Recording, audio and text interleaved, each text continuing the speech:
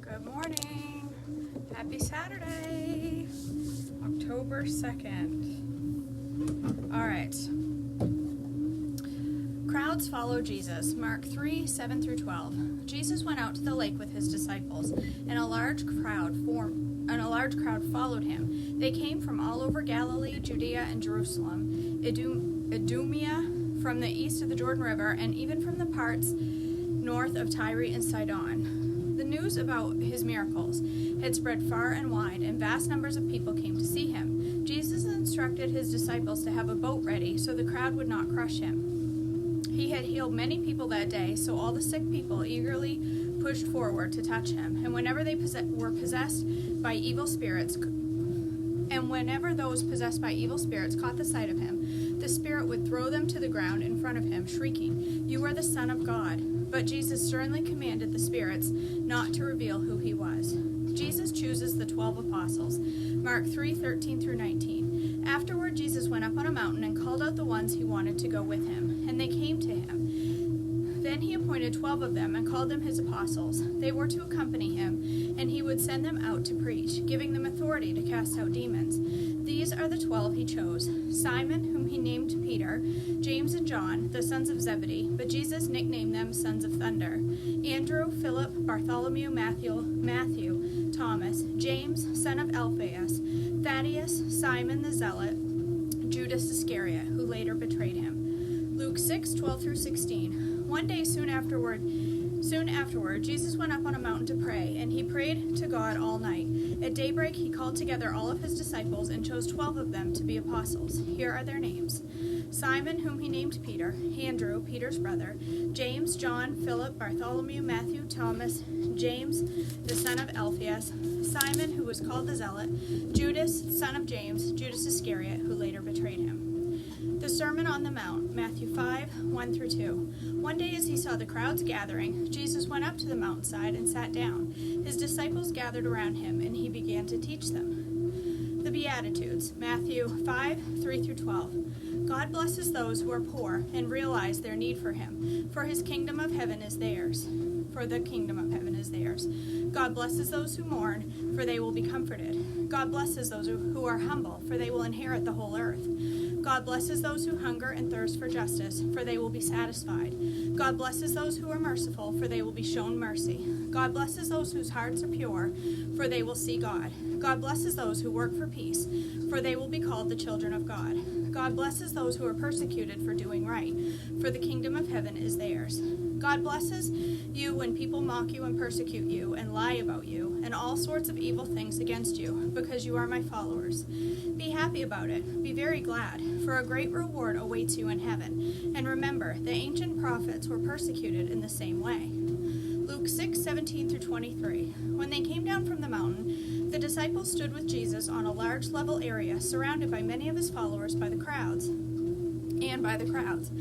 There were people from all over Judea and from Jerusalem, and from as far north as the seacoast of Tyre and Sidon. They had come to hear him and be healed of their diseases, and those troubled by evil spirits were healed. Everyone tried to touch him, because healing power went out from him, and he healed everyone. Then Jesus turned to his disciples and said, God blesses you who are poor, for the kingdom of God is yours.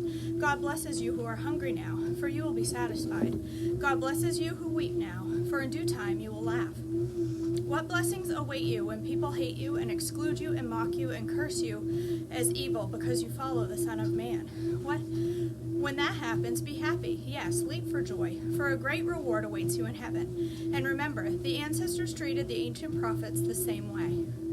Sorrows foretold, Luke 6:24 through 26. What sorrow awaits you who are rich, for you have your only happiness now. What sorrow awaits you who are fat and prosperous now, for a time of awful hunger awaits you. What sorrow awaits you who laugh now, for your laughing will turn to mourning and sorrow. What sorrow awaits you who are praised by the crowds, for their ancestors also praised false prophets.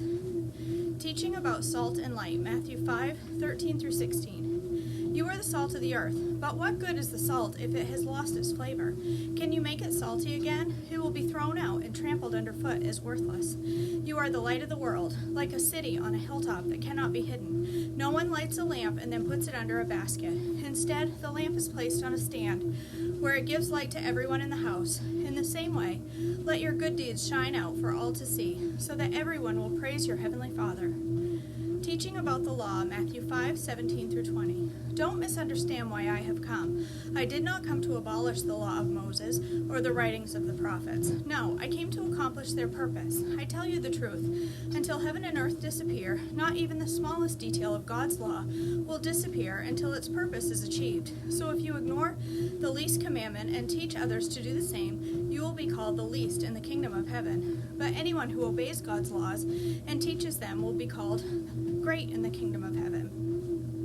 But I warn you, unless your righteousness is better than the righteousness of the teachers of the religious law and the Pharisees, you will never enter the kingdom of heaven. Teaching about anger, Matthew 5:21 through 26. You have heard that our ancestors were told, you must not murder.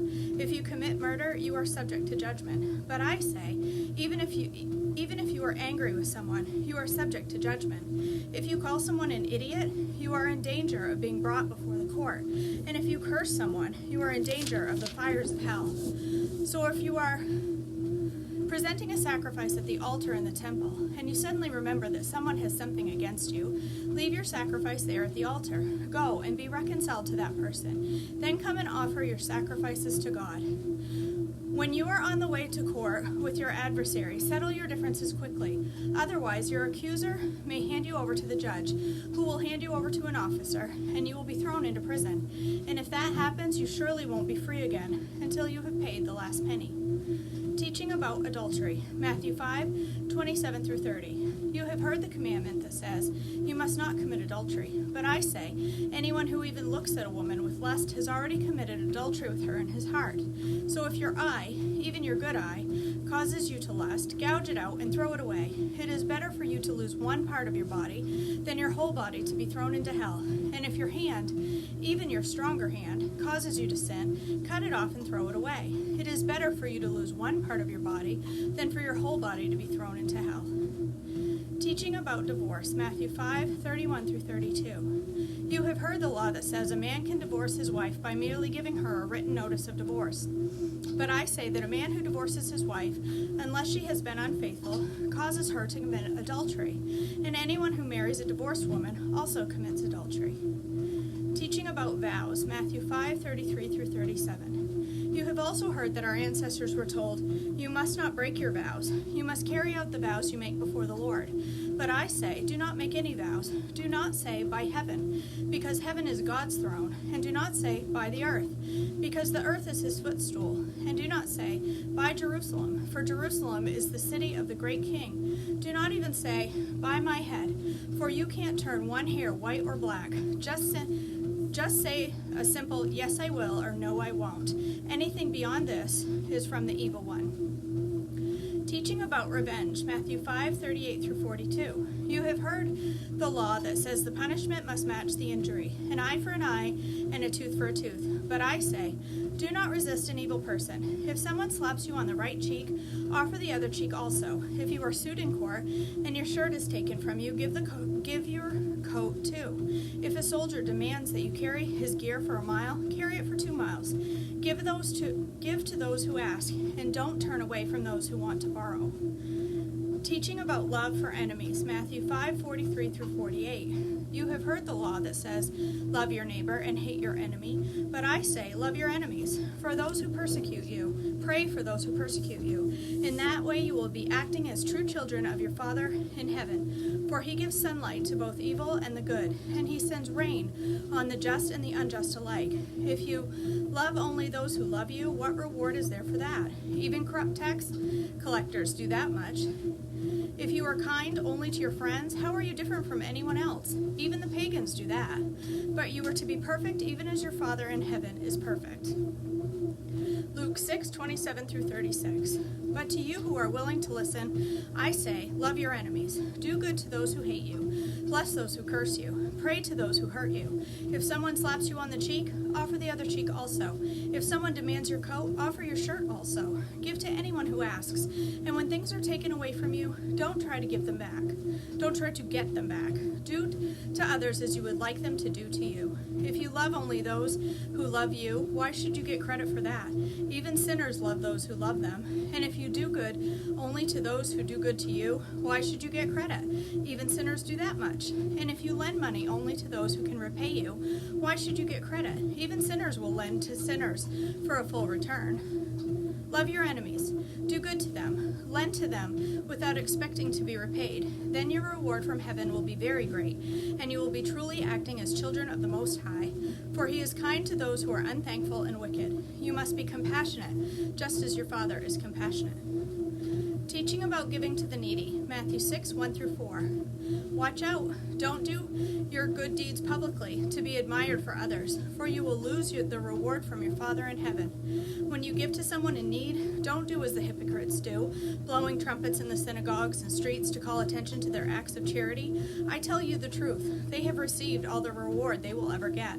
But when you give to someone in need, don't let your left hand know what your right hand is doing. Give your gifts in private, and your Father, who sees everything, will reward you. All right, that's it. Not too bad. That was pretty quick this morning. Felt pretty quick. What was it? 12 minutes. Where's my bookmark? I lost my bookmark. There it is. All right, guys. Thanks for joining me this morning. I saw a bunch of comments come through. Whitney, it's because I had to get ready this morning. I have things to do, so I figured I'd do my hair before the treadmill. I probably should have done it the other way around, but I didn't want to break my routine. So, all right, you guys, I have an appointment at 9:30, and then somewhere around 10ish, shortly after 10, I'm going to do the almond cow giveaway, and then I'll make some kind of breakfast dessert. I don't know what yet. I had something in mind, and then I realized I'm missing 4 of the 5 ingredients. So, all right. I love you all. Have a blessed day, and I hope to see you upstairs a little later this morning. Bye, guys.